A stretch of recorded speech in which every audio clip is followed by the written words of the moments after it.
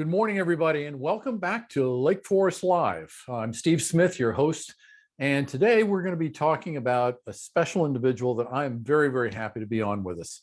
For those of you that may not have been involved in active military duty or veterans, today's armed forces are basically derived from volunteers. It wasn't always that way. Back in the early 70s, just prior to the end of the Vietnam War, people were drafted, and you could be drafted in the Army, you could volunteer to go to other branches, but one way or another, you were pretty much going to go. And that all stopped with President Nixon right before the end of the Vietnam War. It's been a volunteer organization ever since. And so today, we're very privileged to have on with us First Sergeant Robert Beck. He is going to talk to us a little bit about how the Army operates today and the purpose of their centers, their recruiting centers, and give us kind of an update as to what's happening with today's modern Army. He's got a great story to tell. He actually was in his second year of college when 9/11 happened, and that's really what changed the course of his journey in terms of getting into active duty. So please welcome First Sergeant Robert Beck. Let's get him on now.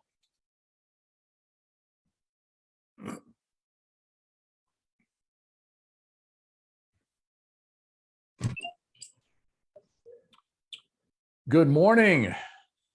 Morning. Let's see, your picture's popping up. There we go. There it is. Have you popped up now? Yeah, listen, First Sergeant Beck, thank you for being with us this morning. I'm really happy to have you on.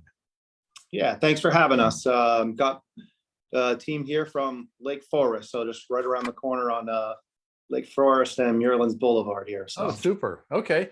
Well, listen, I know what your title is. I also know your kind of nickname is Bobby. How would you like me to reference you throughout the call today? Hey, Bobby's fine. Yeah. Okay. That's fine. That works, Steve. All right. It's easier for me to remember too, so I appreciate that. You got it. Okay, look, before we get into more of your day-to-day responsibilities, as I was going through your bio, there was some really interesting things that I think, and you probably would agree, shaped your, the career direction you took, which got you here today. So Yes. Why don't you take us through that? Tell us what was going on early on when you decided maybe the armed forces were your thing, and kind of what was happening during that time.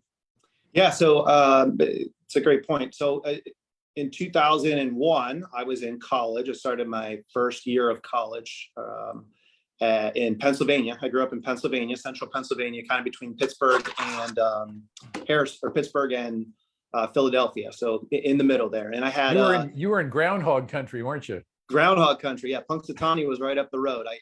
I later became part of that unit. So okay. Interesting there.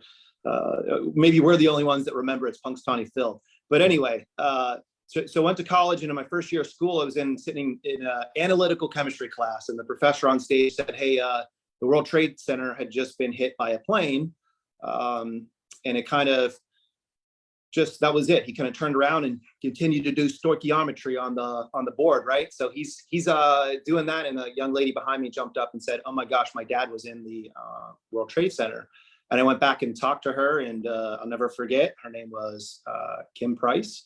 And I spoke with her, and she said, "Yeah, my dad was in there." She's like, and that was kind of before cell phones, so she really didn't have a way to verify that he was okay. And it really struck me at that moment that, hey, I'm kind of doing something selfish here, sitting in a schoolroom trying to better myself when I could be supporting and helping those that are in need beyond the scope of my small little area where I was growing up. So I went to a recruiting station. Not long after that, I talked to them, and it was a time I almost stood in line because it was a pretty patriotic moment. A lot of folks were doing that, especially in central Pennsylvania. So I stood in line, and I got in there, and I said, "Hey, I'm ready to do this. I want to support my country." And thankfully, I was qualified and I was eligible to enlist, and I wanted to do it in a reserve capacity. So I did that, and then, like I said, joined the Punxsutawney unit there in Punxsutawney, Pennsylvania. So, all right, very nice.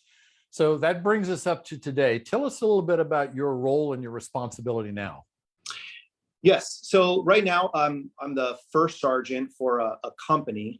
First sergeant in a company is the highest enlisted level within a company here in the Lake Forest area. We're centralized out of Lake Forest. We have stations in Mission Viejo, Huntington Beach, Lake Forest, and up in Tustin. So we kind of we cover almost all of Orange County. Our other companies are surrounding our, San Diego, LA, and out in the desert, the high desert. So we're essentially focused on Orange County, and the bulk of our processing and happens out at Lake Forest here, our station here. So we have about 38 individuals in our company. That's both enlisted, officer, and civilian. So we kind of have a mix across the board, and they all support the recruiting effort that's going on within Orange County here. So our job is to talk with individuals and assess their interest and ability to join the Army, which is becoming more and more complex in today's environment to join. So.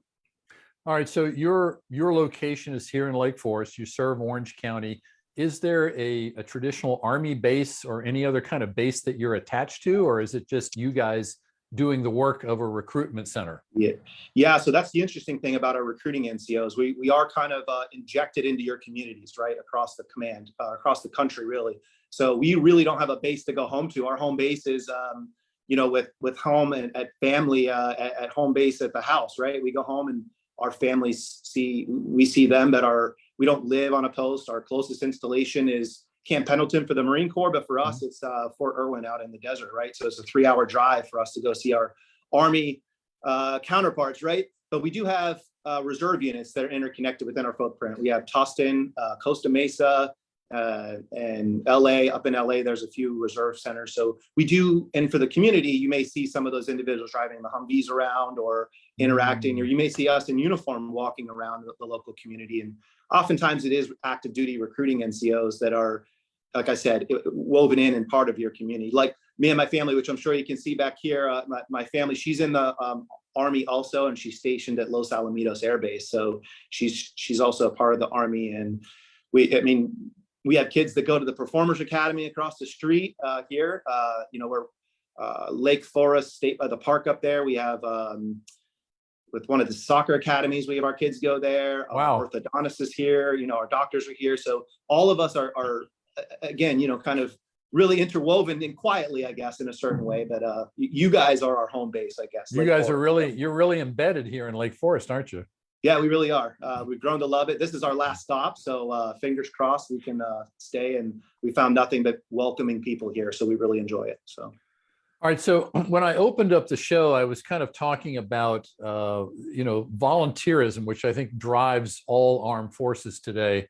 Mm-hmm. Whereas when I was in high school, kind of about the time, you were making your decision, yep. The draft was on. It was at the tail end of the Vietnam War. And of course, that came to an end exactly 2 months after I got my draft card in the mail. Mm-hmm. But back then, if you decided to just, like you said, you got in line, you showed up, you just volunteered, you went to what they would call a recruiting center. Are they called recruiting centers today, or I notice you have them listed as Army Career Center? Yeah, so I think the change there is, kind of some rebranding that the Army has constantly gone to, right? So recruiting centers, recruitment centers, stations, career centers is kind of what they blended to. And that's kind of to speak to, a generation where they're looking for careers, or they're looking for, in their high schools, they have career counselors, and kind of trying to mold that and make it a little less, for lack of a better term, less abrasive. Like recruitment is a sometimes often term associated with recruiting NCOs and recruiters.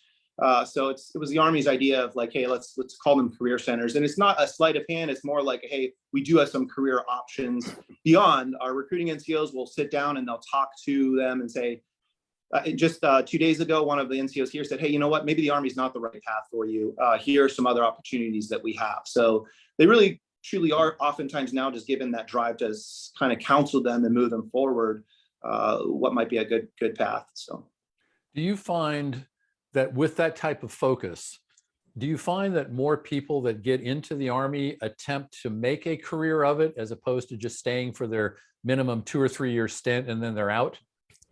Yes. So it's a great question. I can speak to that because my wife is in retention. She's the other Master Sergeant or Beck.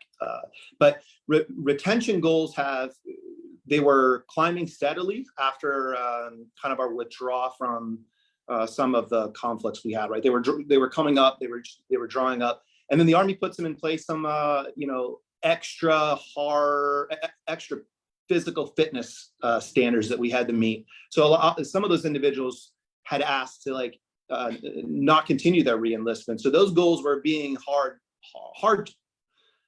to capture. So what we did is, with working with their retention side, we have kind of created a partnership where we're like, hey, we're getting these folks coming in off the street saying they want to come back in. Instead of diverting them and say, we can't do anything with you in recruiting, we send them to the retention NCOs to help keep them in the Army, and vice versa. Sometimes they get folks that are, hey, we want to enlist, but they can't do anything with them on their side. So our retention recruiting goals are starting to surge a little bit. The Army has a lot more programs with more retention bonuses, retention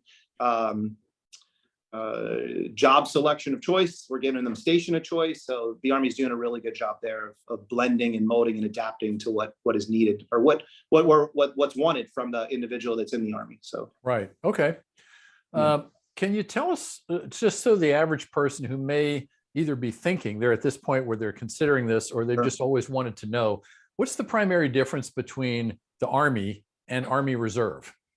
Yeah, another great question. So the Army, the active Army, as it's known, is what most people think of when we say, hey, I'm going to join the Army. They think going away for 3 to 4 years, a duty assignment across the country, or sometimes internationally, Europe, Italy, those cool places to go to, right? Those really wild ones. So that's the full-time, day in, day out, you are a soldier in the Army.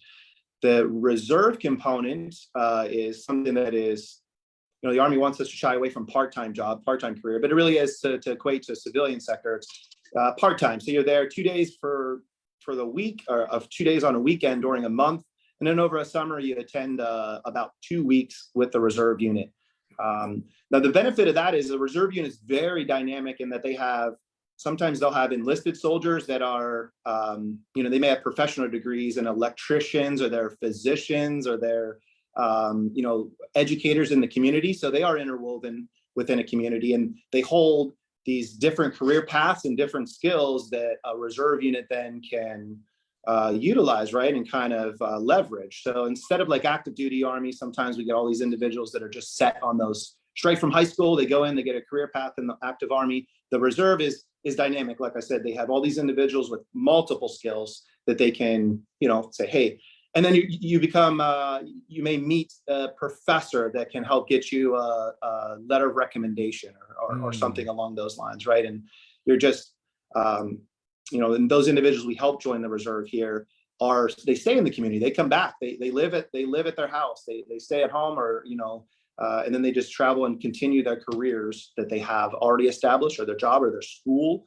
or whatever they need to do to make them, to accommodate what their path is. So, right. Okay. Yeah. All right. So I'm going to date myself a little bit with this question, so forgive me. All right. Okay. Again, back when I was in high school, my father served as a Marine, when he did his time during the Korean War. Sure. But back then, if you were to just enlist, as I believe you guys call it, non-commissioned officer, Yes. if you were just to go in and enlist, the perception, and I'm going to phrase it as that, the perception was you basically were going to be operating somewhere close to the ground in terms of your roles, your duties, your assignments, but that if you had aspirations to move up into more of the ranks of leadership, that those people were coming from places like West Point and other colleges where you kind of already stepped in above the fray and assume that role. Is that the way it's done today? Or can somebody walk in a store, enlist, and climb the ladder because maybe they have what's needed? Yeah, great question. So we can come in as high as an E4 for an enlisted soldier, those with degrees or degrees already set, or some extra steps that they can take. So that's kind of like 4 rungs up on the ladder. And those individuals are set ahead of their peers straight from the beginning, right? Now, to your point, to get to leadership roles, the Army is one organization that we strive to promote within. So we have these individuals. My job here is to train some of these recruiting NCOs and non-commissioned officers to take my job. And it's very rare in a civilian world that occurs, right? Because it's kind of competitive sometimes. So my job is to take care of everyone in my command here to become better, become leaders, become better leaders to move up the ladder. Now for officers, we can bring officers in. Those are people that already have their degrees and they're in a leadership or officer role, like you said, kind of the West Point, but you don't have to come from West Point. You don't have to, as long as you have a college degree, we can work with you there and you come in as an officer. But absolutely, we do 100% promotion within. We want to teach our younger junior enlisted about leadership and what it takes to be a leader and kind of mold them into the what is required of them to be that great leader. So, and let's just say you go in with all good intentions. You're in the Army. You adopt some kind of specialty. You follow their Army's career path, and maybe 8 to 10 years into it, you decide you've had enough. Okay. Yeah. What kind of specialties can the Army train somebody and provide with them that would be applicable to civilian life once they opt out? Yeah, so obviously we have about 156 jobs, right? And I'm sure that number, folks have been thrown around for a while, but it really is incredible the breadth of those jobs that we do have, because we have everything from, what individuals see as infantry or combat jobs. And there's some people out there just driven to do that. That's what they want to do. They want to fight for their country in that way, all the way to now some of our newer jobs, which are cyber warfare specialists. They spend nearly a year down in Florida learning about how to do essentially hacking or cryptic work on a computer to work in that environment that's a different type of battlefield, right? We also have drone operators that are flying drones around the world. They're in, down in Texas, and they're flying drones on the other side of the planet.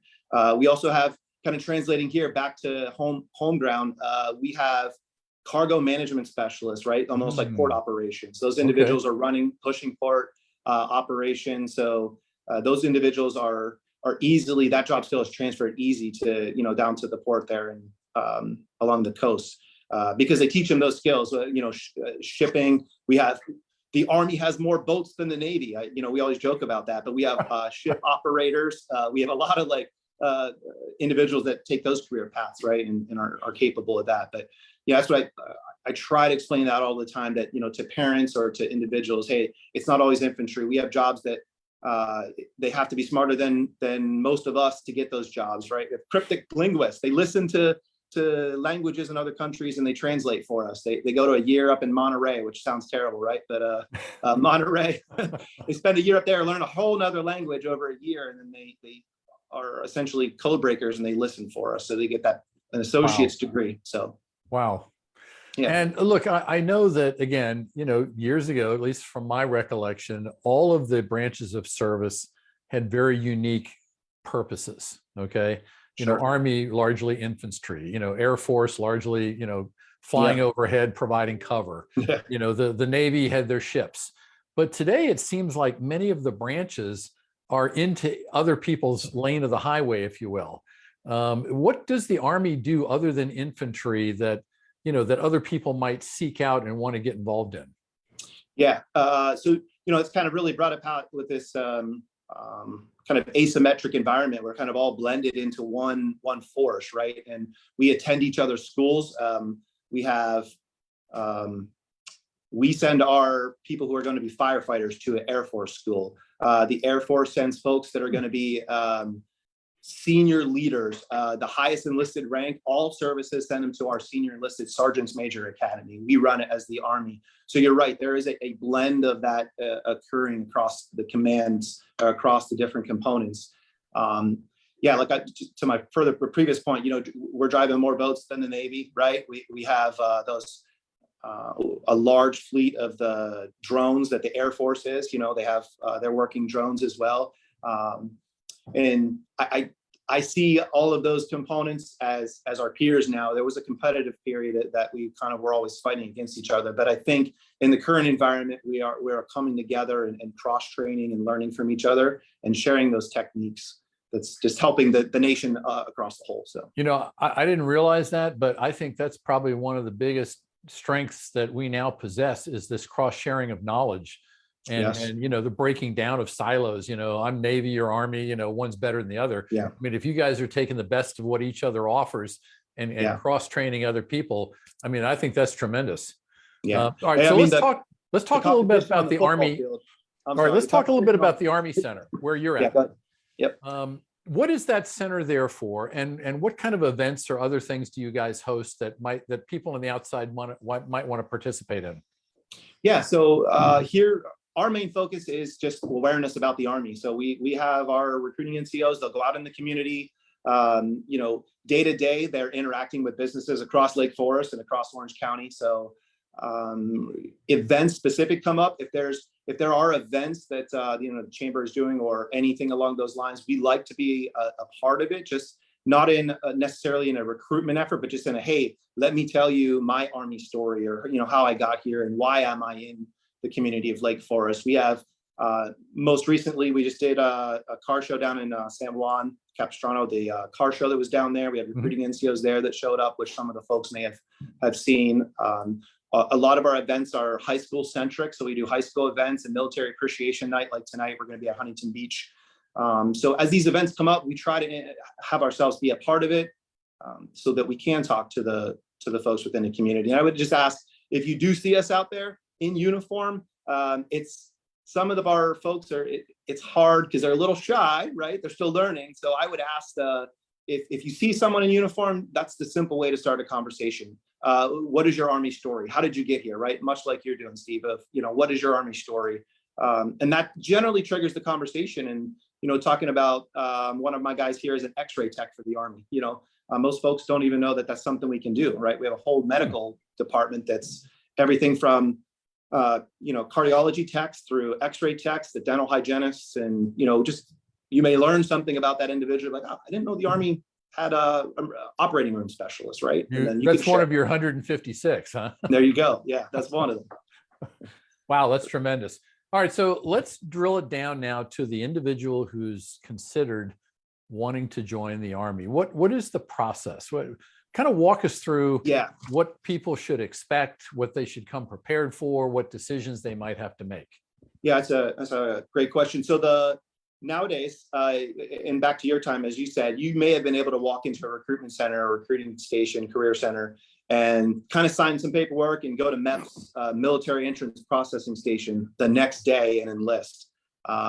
Those days are long gone. We do some thorough screening. So if an individual came into the office today, certain things we're going to do is a basic pre-screen on an individual, asking them medical, moral, aptitude questions, and just kind of pre-screen and make sure we can see them. We do kind of a visual, right? Are you within the height, weight standards? Do you have any tattoos on your hands or your neck or your face? Because those are disqualifiers now. So we look for moral screening. We do some fingerprints, making sure they're qualified, right? I mean, we can't take criminals without sometimes waivers. Criminals, a lot of them are shut off. We can't take those. And before, that was something that the Army, you've been to jail, you can go to the Army. Well, that's not the case anymore. We're not accepting a lot of those folks. So is it all crime, or is there a certain threshold? There's a threshold. So generally anything above misconduct in the felony range, it's very difficult to get someone in. Okay. But a one-time DUI or something like that, that's okay. They say you made a mistake, right? And as long as you've done your set and it's been a certain period of time. But the biggest holdup for us right now, I'll be frank, is that we have a new process, a medical screening process. That's anytime an individual interacts with a medical department, there's an electronic record like we have for all of us. And that's now being able to be seen by our doctors before someone assesses into the Army. So oftentimes a young man or a young lady will come to us and say, yeah, I want to join. We get them through all those steps, which is about a 7-day process now to get them enlisted at MEPS. They can't enlist in our station. So if anyone's listening and they have that fear, you can't enlist at a recruitment station. It's all information based here.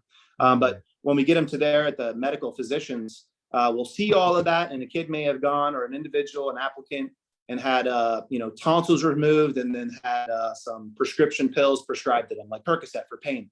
They may forget about that, and then it comes up as, hey, you've taken Percocet before. And the kid said, I don't really remember what it was for. But now the doc has a little check mark saying, hey, we need to investigate this. And this delays the process a little bit. So the medical pre-screening process, which has been in the news frequently, that's our biggest hurdle and has caused a lot of our branches some recruitment effort woes, I'll say so. And I mean, look, that's a good point, because I mean, indulging or experimenting in all manner of, drugs, whether they're prescription or otherwise, has kind of been part of our culture, our folklore, if you will. Sure. And so if somebody has got that in their past, how much time has to go by before that's considered another life? Or is it always going to prohibit you from being able to enlist? Yeah, so it varies, Steve. I'll be honest. There's certain things, and I would leave the specifics to the medical professionals, but it Right. varies anywhere from 6 months on some medication to 2 years, and sometimes 5 years on long-term things. As the individual prescriptions that come up, we send those to the medical professionals, and they say, yeah, this is good, but it needs to show a history of that was not prescribed to an individual, right? Which is challenging because oftentimes we have auto refill on, right? And it just prescribes those, and maybe a doctor didn't need that prescribed. So, Right. Not to send fear of, oh, I shouldn't send my kid to the doctor. That's not, Right. we need to take care of ourselves, but it's challenging now. A lot of parents just take them and if someone had a exercise-induced asthma, they get a inhaler, then it delays the process for us. So it's what we like to consider now. So. All right, so let's say someone goes through the process as you've described, no medical or criminal hiccups, that they have to worry about. They get through that 7 day. What happens after that? Yeah, so if it's an individual, it's a graduate of a high school already. They'll generally have a ship date, and a ship date means going to basic training within 1 to 2 months, depending on the job they select.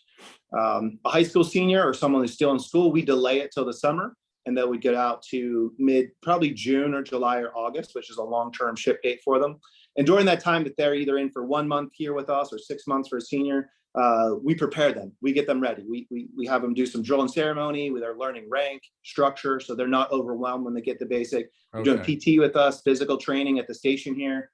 So we get them ready. And then that day comes, the family comes together. We get them down to the MEPS again in San Diego or Los Angeles. They get on a plane, and from that point, everything's taken care of. Food, housing, where they're going to sleep every night for that next either few years in the active duty or 6 to 8 months in the reserve until they come back home. So they're taken care of. For all the moms out there listening, right? We'll take we make sure they're fed and they have a bed, right, for the time being that they're with us. So. And again, the training length of jobs, it all depends on the job. It can either be as short as about 16 weeks all the way out to over a year, sometimes 2 years for our special forces individuals. So wow, yeah, very nice. And your center is located where? Give us the location and their hours of operation. Yes, sir. So we're Lake Forest Drive and Muirlands, right at the corner. There's a wing stop right out front. We're kind of here with the AutoZone is, or the auto shop right next to us. So there's a 99-cent store right next door. Oh, there's a great pho place on the other side of that shopping center. If you haven't been there, you should go. Yeah, so I've seen my guys over here eating it, so I'm guessing they found it. Right. So yeah, I think they found it. But yeah, we're right here. Normally we have someone here from about 8 o'clock in the morning, whether it's through shifts or whatever, 8 through about 7 o'clock at night. And then that's Monday through Friday. Oftentimes, though, we understand the folks, if they want to meet us, it's a weekend or later. So those recruiting NCOs will find time. They'll schedule with an individual on weekends or later in the day or early in the morning, depending on work or family or school or whatever's going on. So we're pretty flexible on our hours. So, and if a local organization would decide to have someone from your center come and talk, number one, do you do that? And if you do, how would they get a hold of you and make that request? Yeah, that's a great question. So we do request. We do come out to events that folks are having or engage with the community. So I will tell you, I can give you a direct cell phone. That would be probably the easiest to reach out, or the email, which I'm sure you have there. But to reach out to us, we have a general delivery line that kind of rings all the cell phones, and calling us is probably the best option. And if the format is right here, just to give that number, I guess. Yes, go right ahead. Yeah, it's so it'd be 949-755-9695. 755-9695. And that's a text, call, whatever that individual could, just reach out to us. And we can coordinate. We have funds that we can, kind of come out and sponsor events if it's right. We can just show up to talk about the Army. Some events we've gone out and actually when I was in Oklahoma, we went out and did a physical fitness demonstration for one organization. They were like, we want to see what the Army does for PT, right? So we went out and did a whole formation, and we were yelling at people and just had a lot of fun with it. So yeah, That's we're cool. open to whatever. So nice. Well, listen, we've covered a lot of ground. I really appreciate you, kind of, just explaining how the whole thing works these days. But is there anything that you wanted to mention that I didn't ask you a question for? Yeah, so today's interview here kind of coincides with what the Army's transitioning to on this day. Is, if you remember, the Be All You Can Be campaign from the 80s, I do remember that, yes. Yeah, so we kind of molded over the time. We a Soldier of One and just a few other ones. But actually, as of today, the Army just re-released the Be All You Can Be campaign. And some of our very own recruiting NCOs are on the national commercial that's launching today, and you can find it on the goarmy.com site. But it's a brand new website, rebranding the Army again to have a kind of a different approach. But some of the folks you see walking around the community are on this new national campaign that you're going to see on television. So to ask those folks to go out, check out the YouTube site for Go Army. And take a look at that, because it's pretty neat. We have some of our own. There's a famous actor in it, you can see, and they got to meet them, and they were in the community here filming some of it. So I just like folks to reach out and take a look at that if they could. Nice. Yeah. Well, I have a good friend of mine, known for a number of years, was part of the Special Forces. Mm-hmm. And he's now the CEO of a hotel management company, does quite well. And he also has a lot of mastermind groups and other types of groups that he offers specifically for veterans. And he's told me on a number of occasions, and I think there's plenty of data to back this up, that veterans who enter entrepreneurship, they start their own businesses, are statistically more successful than your average citizen walking around. Sure. Predominantly because of the disciplines and the things they've learned in the Army that prepare them for the rigors of getting a business off the ground. Yeah, that's great. That's a great success story there. Yeah, and he does a lot with the whole veterans side of the the entrepreneurial fence, and he's very pro. And I've met a lot of them, and they're you would never know unless they told you what branch and where they served and what foreign tours they did. But they all seem to have a sense about organization and planning and sticking to things until they get done.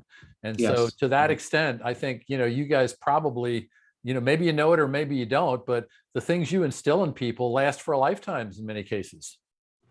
Yeah, that's a great story. And if you could share that individual, I'd like to reach out and share that. If he has the information for some of my guys, or, how he worked that. And that's what we do. We just try to share and take care of our individuals here. So I'm sure some folks would like to hear his success story, or maybe we could even have him as a speaker sometime. Yeah, I'd be glad to. I think he'd be very, very interested in doing that. So yeah, that'd be great, Steve.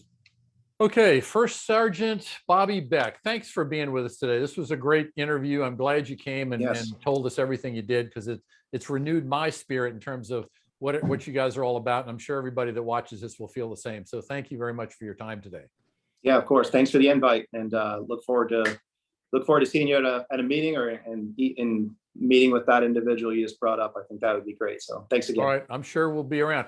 All right, everybody, that brings us to the finish of our in and around Lake Forest today. Our next show is going to be on Wednesday, March 22nd. We're going to have one of our own, Jeff Patrick, who is also part of our board of directors. He's going to talk about how to use insurance for strategic business purposes. So I think for any of you that have established businesses now and you're looking for different ways to retain people or protect your most vital assets, you're going to want to tune in and listen to Jeff.